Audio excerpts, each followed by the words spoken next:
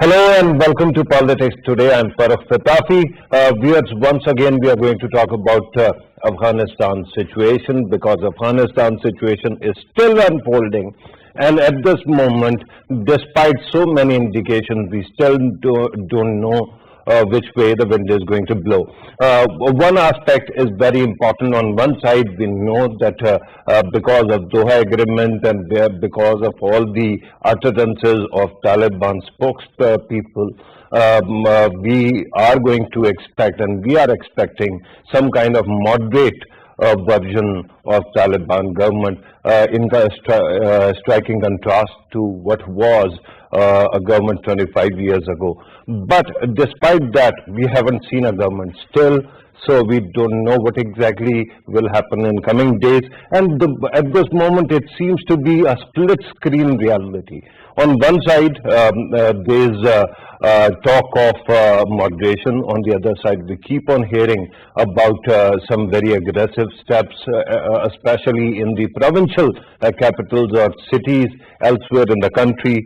There's a possibility that the Taliban entire body might not be that much integrated or united, but we still have to wait and see what exactly becomes of that.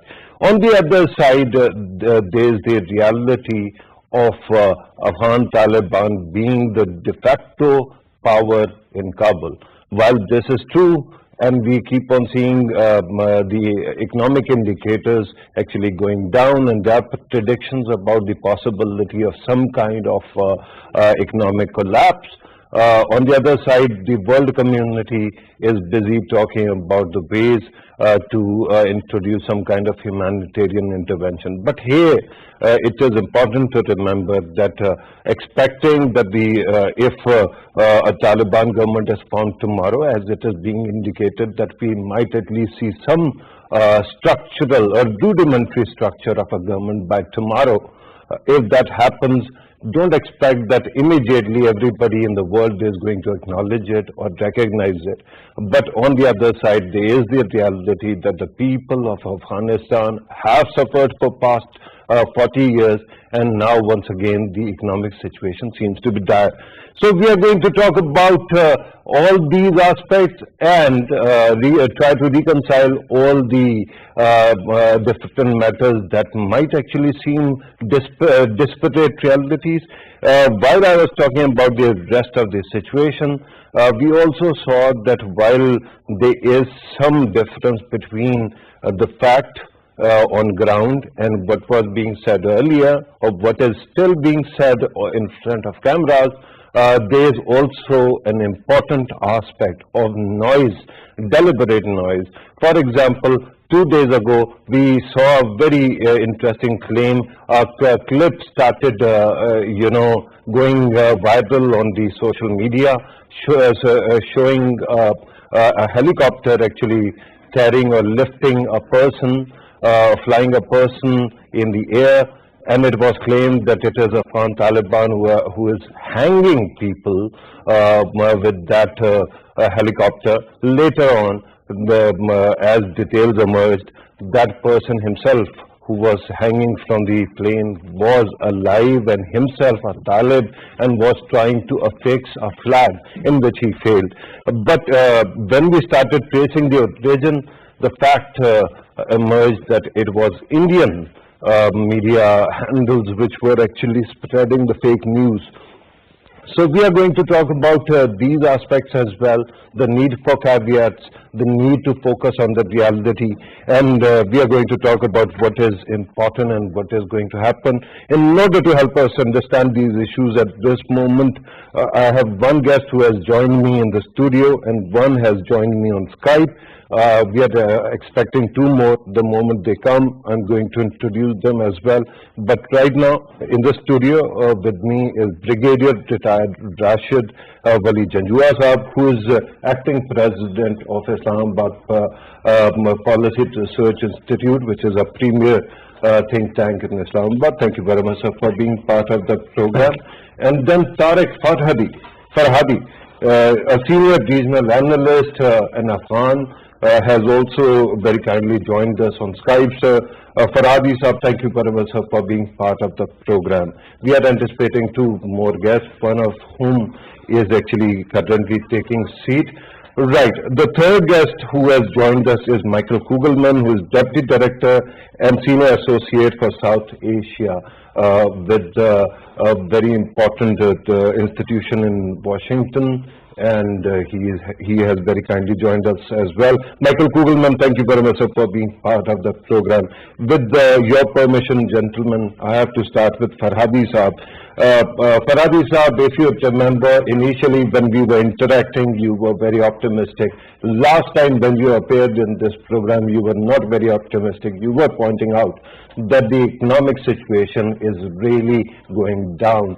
What is your take on the current situation? Are you still hopeful that there is going to be some, inclusive government that is going to take shape in Kabul, and then it will be able to help Afghan come out of the economic crisis? Well, greetings. It's great to be with you tonight.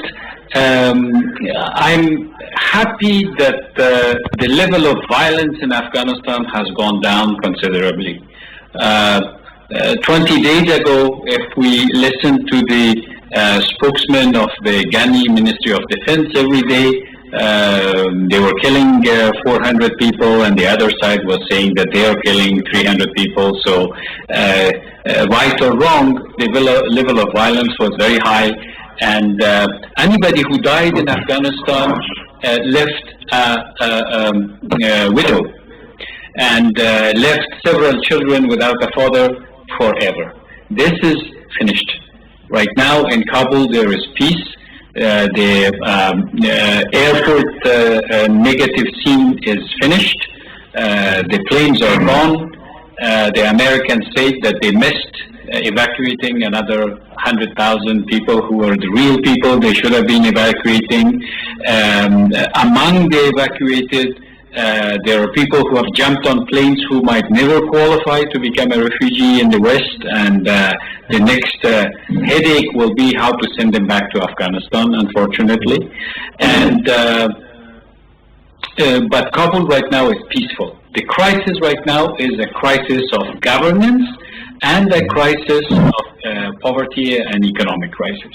On the crisis of governance, because you mentioned that Afghanistan has been at war for 40 years, I'm old enough to remember that when the communists came to power through force, they announced a government of communists. You had to be a communist to be in the government. If you were not a communist, you couldn't be in the government, you were excluded. We don't want Taliban to do the same. Taliban have come by force. If they announce a government where there is only Taliban, we will go back to this period where in order to be in the government, you have to subscribe to an ideology. In this case, the ideology of Taliban. In the former case, the ideology of the communists. Right. And you know what happens in a case like this? Social discontent appears. Right now in Afghanistan, there's a lot of young people who are weary of the Taliban. They don't know the Taliban. They have seen the Taliban through media represented as violent people. And the Taliban fighters who are in Kabul right now, frankly, they scare our young generation in Kabul. So the Taliban, if they want to be successful, and they haven't proven this yet, because they had a meeting in Kandahar for 3 days and they didn't invite any non-Taliban figures. So they sort of talk about everything amongst themselves. They have to come out of themselves and allow non-Taliban to be seen in seats of governance with them. I'm not saying necessarily the faces of before, but non-Taliban should be included in the government. Right. Farrukh sir, allow me to bring in Michael Kugelman as well. Let us move on to other parts of how the situation is unfolding in Kabul. Michael Kugelman, let me ask you about the fact that we still haven't seen any government in Kabul.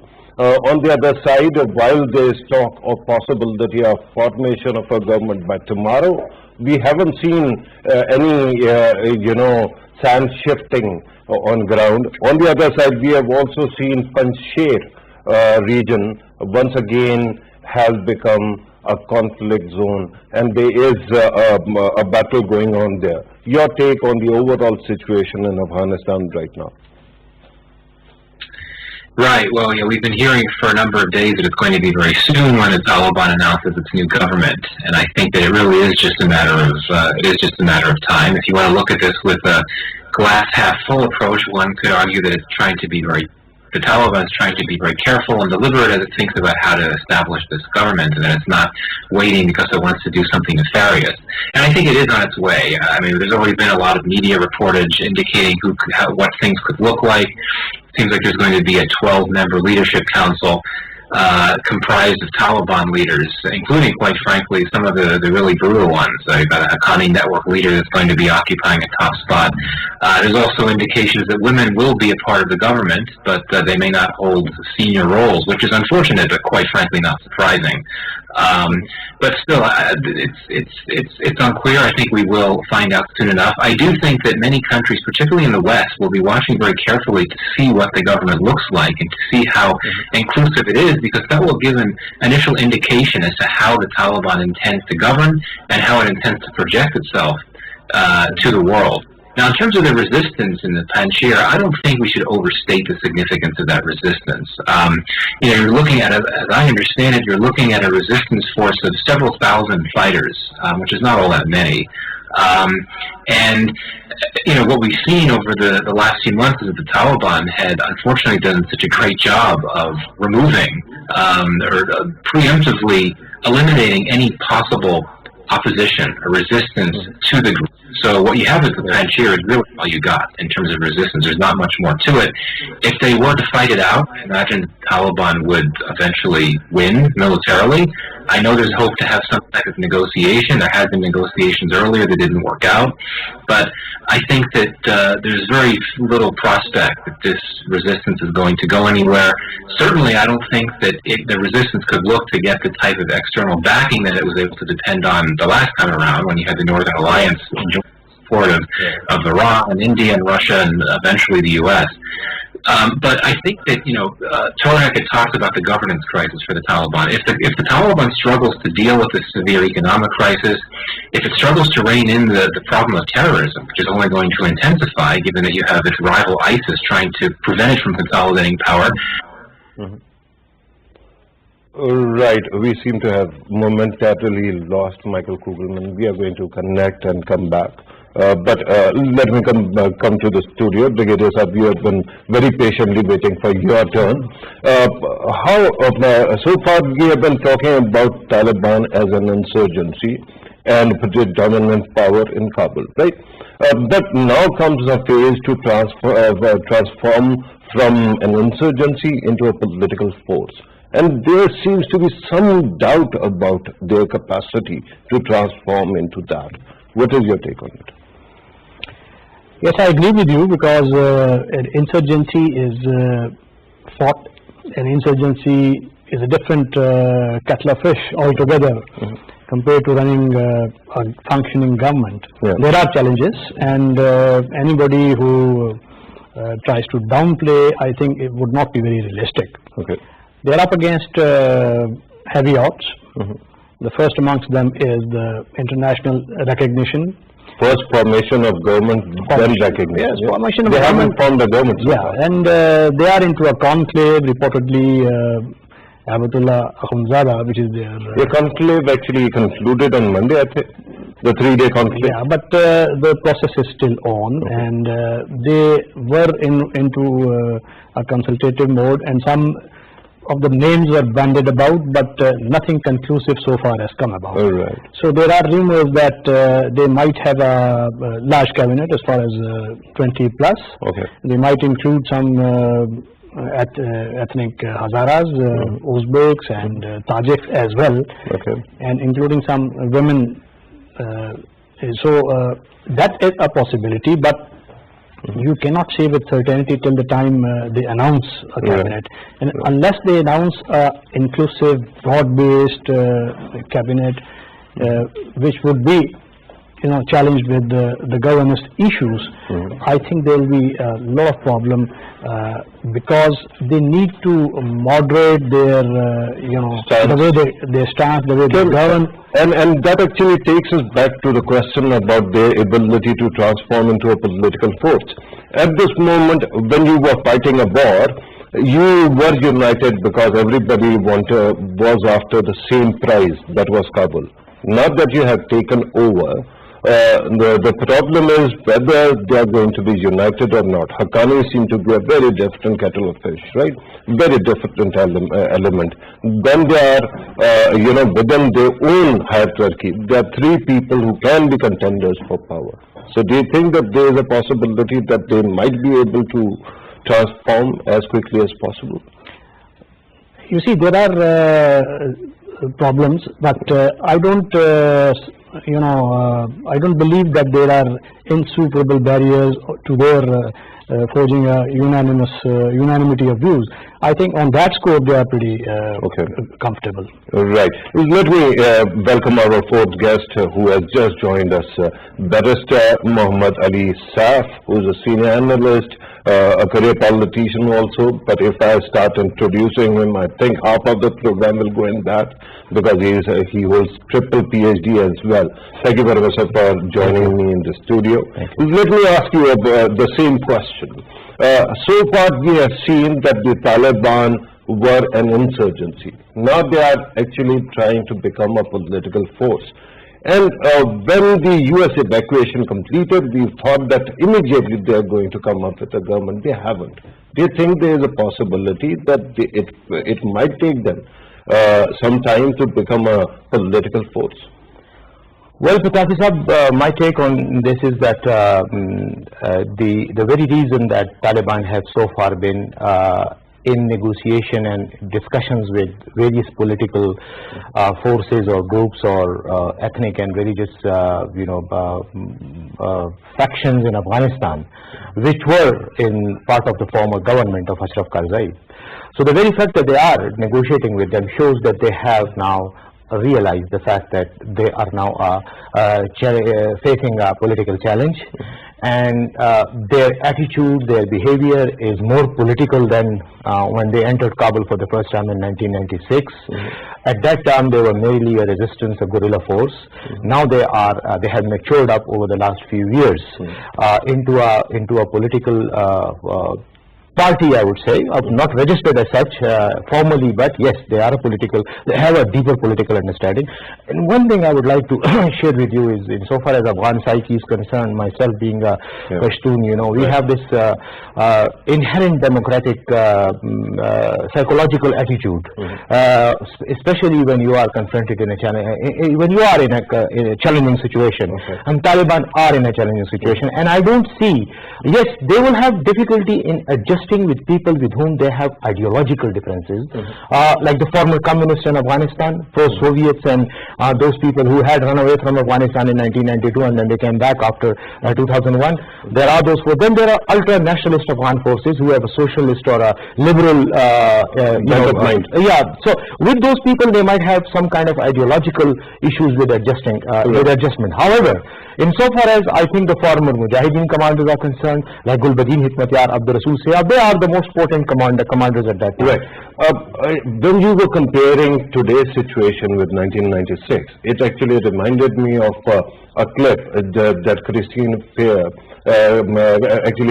Manpur actually put out today. And she actually put out a clip where she's interviewing the leader of Taliban, Stanakzai, in 1996. He was quite young at that time, but he was more or less saying the same thing. Now, once again, he's repeating the same things, but we didn't see those things becoming reality. How is today's reality different than 1996? Well, of course, there are differences at the moment. I mean, I would go into clarifying those issues and will elaborate upon them. But number one, you see, if we are looking at, or we are expecting Taliban to change their ideological orientation from a theocratic Islamic group to a liberal secular group, then we are living in fool's paradise. They will not do that, because their power center, their ideological motivation of their fighters is basically that ideology. So they cannot. If they do that, they will just fizzle out and they will just get dissolved automatically. Their support base will erode. They will have to stick to their ideology insofar as Islamic understanding, their own Islamic understanding is concerned, and their own version of Sharia, or their own worldview. That I don't think that there will be, we must expect any radical changes in that or transformation in that. But yes, of course, 1996 was totally different. At that time, they were a reactionary force which actually came into existence as a result of the reaction against warlords and lawlessness in Afghanistan. Now they are not. They have fought against a superpower and a mighty army of coalition forces. In the process, they have not just matured militarily or gained experience, but also politically, because they have realized that in the last 2 decades of fighting, that they cannot survive in this world if they stick to their own old habits. Right. And I think that Afghans are a mature nation. I mean, we should not take them just because they are wearing turbans or have long beards, and we think that they are like not civilized or they don't understand the intricacies of civilized relationships. Right. I think they do understand that, but there will be problems in adjusting with people with whom they have contrast. Huge difference. Yeah, in ideology. With your permission, I'm going back to Tariq Farhadi Saab. Tariq Saab, let me ask you another question regarding. I'm told that at this moment we have Michael Kugelman on telephone with us. Michael, once again, the issue of unity of Taliban. Is there a possibility, because the images that come from far-flung areas of Afghanistan seem different from what is being said in Kabul? Do you think that Afghan Taliban is a united force, or we are going to see all the fault lines in coming days? Michael.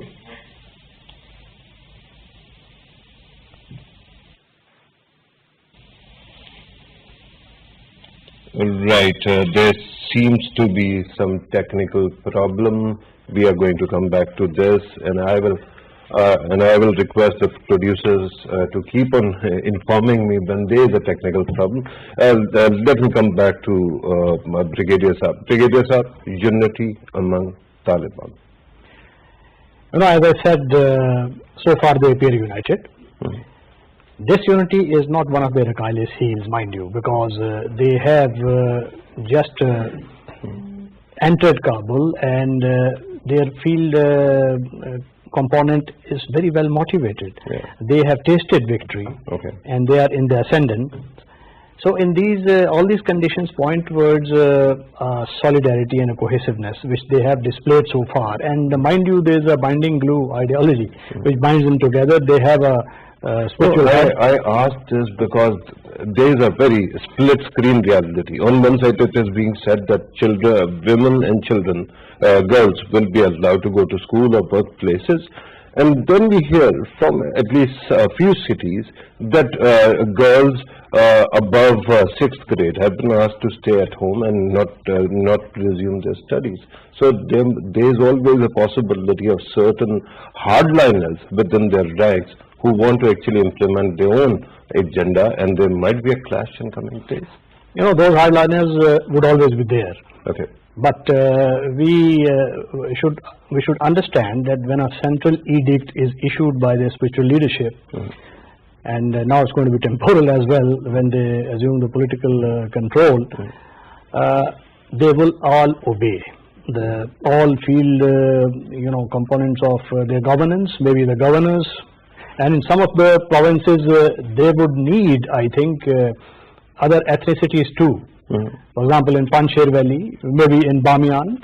So they might not give so many cabinet slots to other ethnicities at the central cabinet level, but at the governors level, because Afghanistan has 34 provinces. Right. So they might... Are we going to see women also being represented? Are we sure about that? I think there would be some token presence, but we might not, see a lot of women initially. We have never seen women in any bodies of Afghan Taliban. So how do you expect them to actually? We had also never seen Afghan Taliban spokesman being interviewed by a lady correspondent. So things have changed. In 1996, Christiane Amanpour interviewed Stanislav.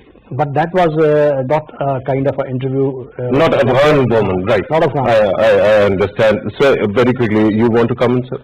Yeah, insofar as this representation of women in the cabinet is concerned, you see, you have to you take into consideration the social cultural norms of a society as well. Not saying that women should not be given representation; they must be given representation. There's no qualms in my mind about it.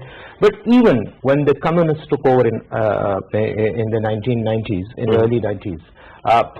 Remember, even during Babur Karmal's regime, there was hardly just one woman in the cabinet. Her name was Dr. Anahita Ratazad, right? Being communist, being secular, being absolutely non-religious. Yeah, there was only one woman. She was the head. Still one. Yeah, one. But what I'm saying is, you would have expected communists and socialists and liberals to have more representation of women there, but it wasn't. So Afghan society has its own compulsions, and therefore, please. With your permission, because our guests have rejoined us.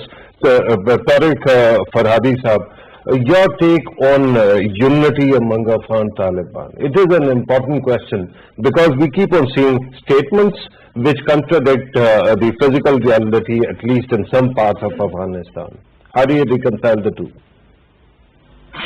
Well, you see, they have come to a cake and now they have to cut it and divide. And the next problem that they have is to explain to to Taliban, that they have to gift some positions of power to non-Taliban.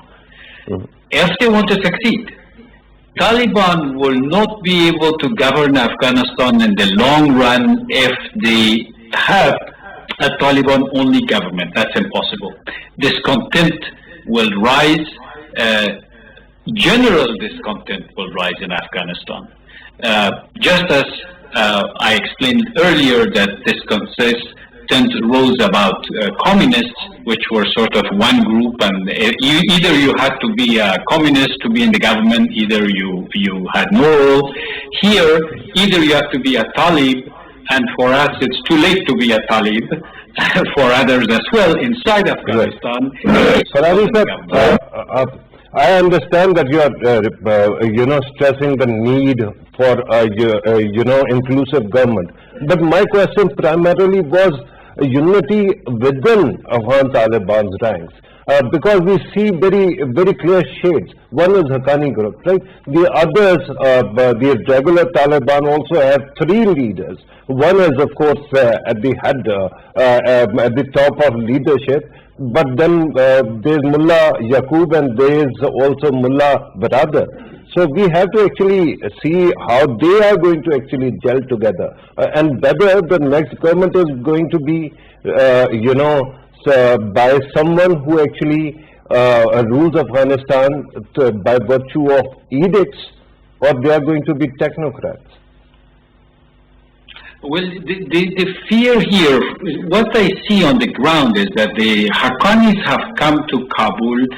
They have considered a little bit Kabul their area. They have occupied some houses. They have gone to some houses that are empty or they're rented before by private citizens to NGOs. Those NGOs are gone. They have just gone and occupied those houses, the Haqqanis. And it seems like they consider that southwestern Afghanistan, Jalalabad, Nangarhar, Kabul will be sort of their area. The Kandahar Taliban are happy with being in Kandahar. Yes, there might be a leadership that will be Amir al-Mu'mineen for all the Taliban. But inside, I can feel already that there are some distributions of geography and what has been attained by power.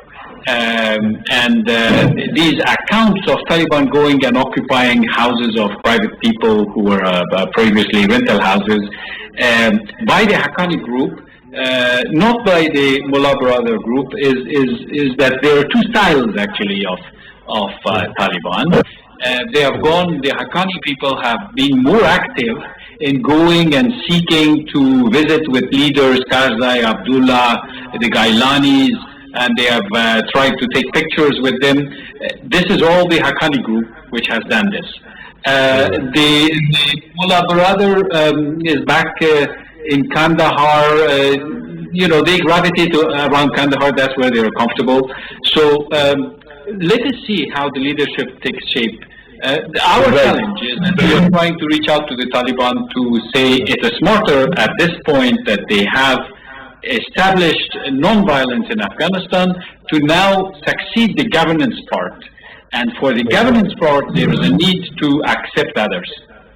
Right. And that was a very important point. Michael Kugelman, while we are looking at how the government formation is taking place, let me ask you, if tomorrow, as we have been hearing, we are going to see a Taliban government, or at least a government in Kabul which is supported by Afghan Taliban, and it actually seeks recognition from all over the world.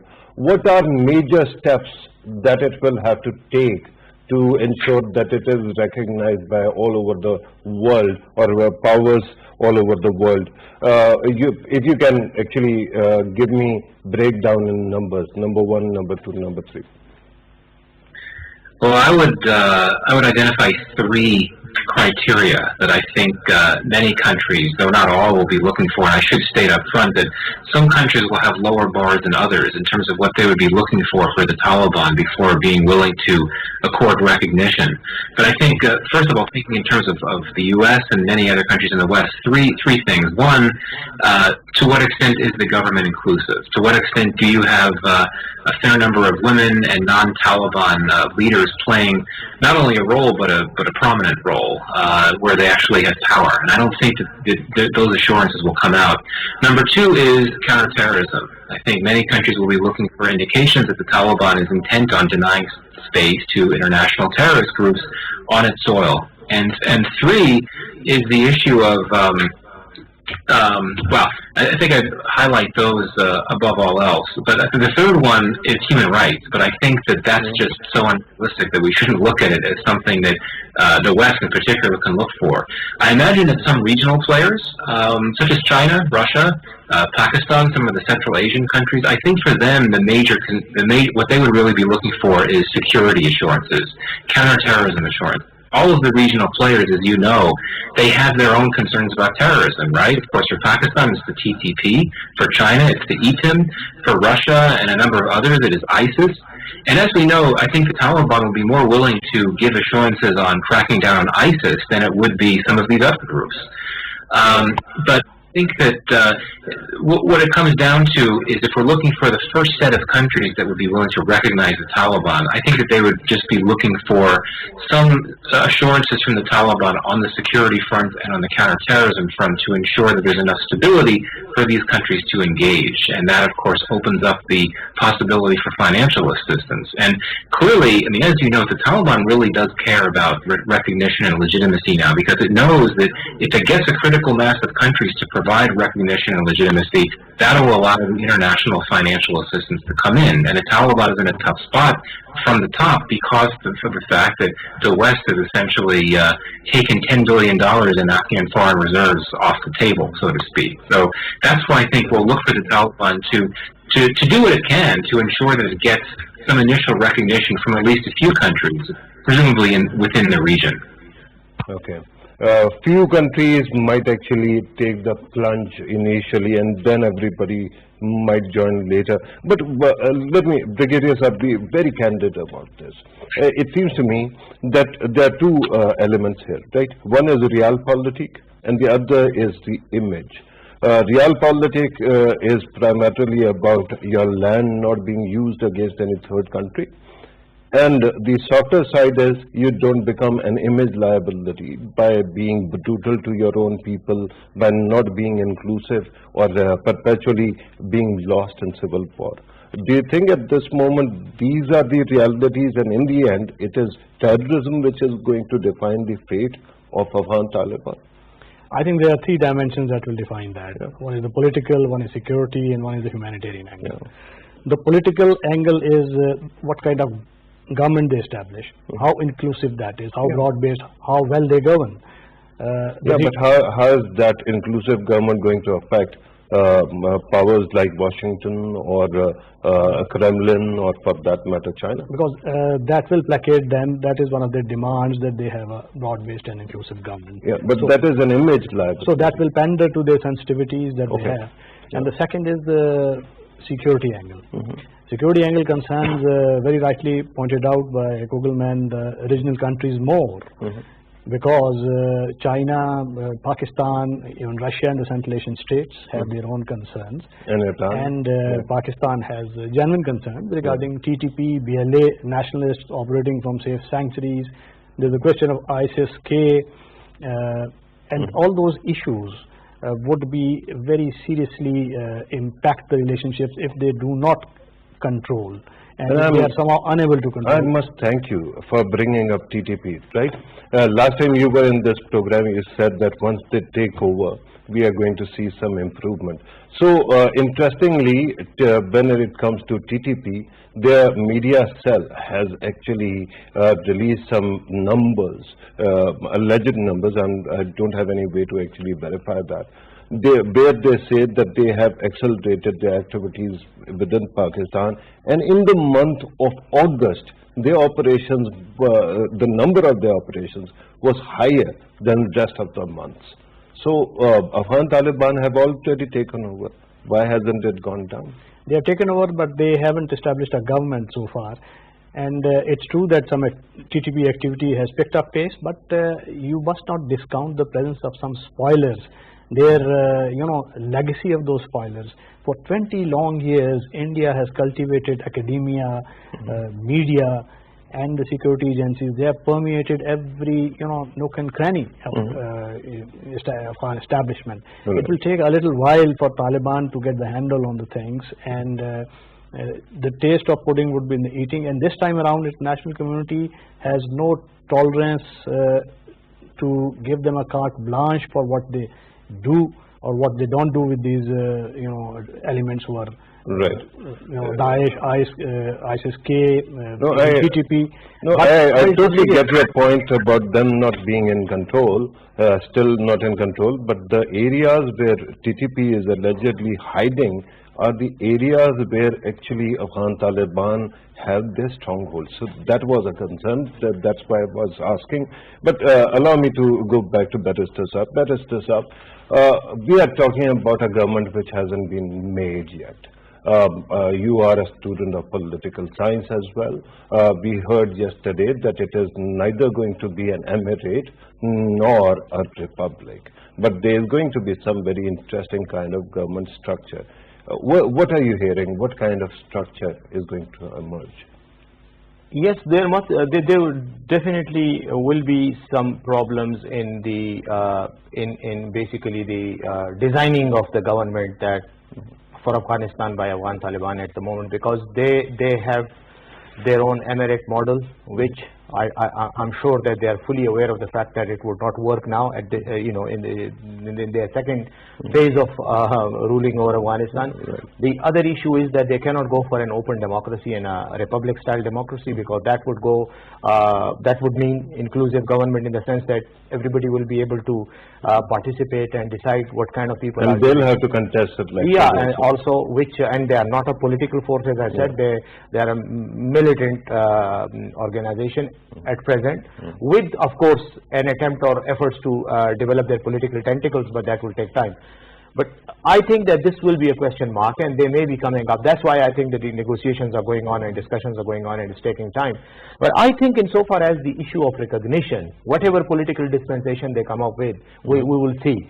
But in my opinion, their main challenge is to ensure the security situation in Afghanistan. all over Afghanistan. For example, the border areas where we, Pakistan, has concerns with TTP and ISIS, yes, they need to control that.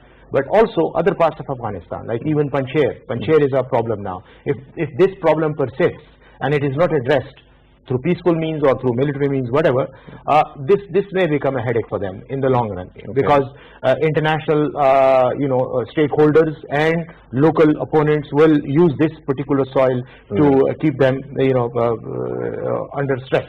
Number two, a most important criteria in my opinion is that we must remember that Afghanistan is a tribal society, and it has tribal compulsions, compulsions of a tribal society.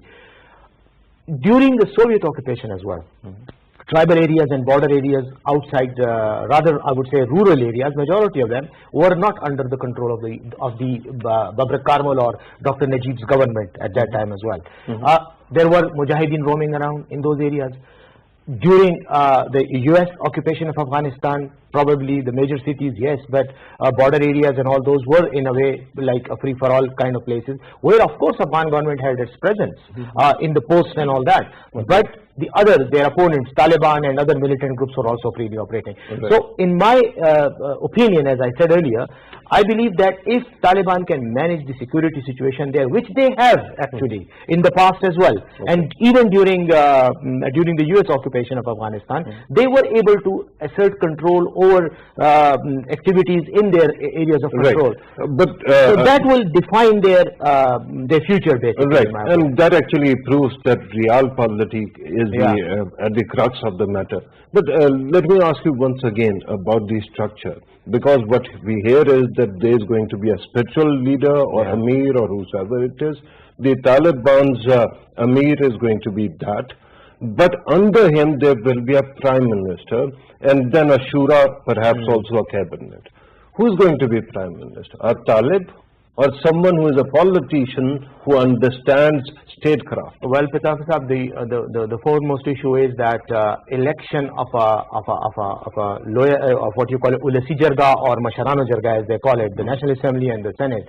I mean, that through direct voting is impossible in the existing situation, right? It is because elections can't be held. There is a security situation has to be addressed first. Then they have to augment and strengthen their control over Afghanistan in different cities. Local administration is in disarray. They have to manage all those things in order to be able to create a situation where they can have a free and fair election. So whatever kind of election is conducted at present, or maybe in the next 2 months, that will have an international discredibility. I mean, people would accuse it of or blame it for not being fair and free. However, insofar as the form of government is concerned, I believe it would have a democratic facade, but it would be mostly like Iranian style government. That's what I mean. There will be an ideological control over the policy of the government, yes, and also induction of people in important positions. They will have to have some kind of ideological orientation and affiliation with their theocratic model, rather than being totally liberal or secular, or for that matter. My concern only is about Brigadier Sahab, is primarily about how they govern, because Afghan Taliban recently, the people we are seeing don't have any experience of politics, and if they are going to appoint one of the mullahs as the prime minister, there becomes a huge problem of how you are going to govern. Then there are two structures. Afghan state has its own bureaucracy, its own structure, and Afghan Taliban have their own organogram, their own structure. How will they reconcile the two? I think they will have to have a member of Taliban as their chief executive, so to speak, below the spiritual leader. So this would be some kind of a Mullah Baradar? Maybe Mullah Baradar. Or Yaqub? I think Baradar. Yaqub is too young to be. He is 32. Yeah, but I think he doesn't have it. So I believe it would be a variant of Iranian model of Vilayat-e-Faqih, Guardian Council. The Taliban have their own, Guardian, Council, Shura. I think out of that they'll pick up the cabinet, and the bureaucracy they will have to co-opt government functionaries, those who are technocrats, because they have to run a functional government. Their municipal services have to be run, banking services have to be run. There's going to be a run on the banks as per some estimates that the whole financial system would collapse in another next 2 to 3 weeks if technically it has collapsed. The currency hasn't, but banking system has. They're still coasting along, but after 2 more weeks, it would be a complete collapse. So, in order to avert that and to provide a semblance of order, policing function has to be restored. Somebody has to do the municipal services. Somebody has to take care of and humanitarian angle. Above everything else, they have to have a finance minister, right? Barrister, so very quickly, are they going to have a Talib as the finance minister or some technocrat? Pitafi Sahab, I think it does not matter at all whether the finance minister is a Talib or a technocrat. Because you see, it's the ideological orientation and your ideological what you call it identity which is important in such type of governments rather than the technocratic issue. Because I think for example, if foreign minister is not a mullah, if he's a former mujahideen leader with Islamic orientation, why should they have problems? And I think they understand that, and they probably will allow people of having experience in foreign affairs, in finance, in other issues. Could be one of them. But let's not get into the individuals. But I'm just talking in general. The other issue is that why are we obsessed with kind of a Western style of parliamentary democracy in Afghanistan? Why do we think that that's the panacea for all the problems? Because Hamid Karzai, Ashraf Ghani, they were all the product of that type of imposed democracy or Western model. But what did they do? Did they achieve? Afghanistan's realities were taken, and I think it's... I get when you are talking about the parliamentary democracy, even though Iran also had to evolve a parliament.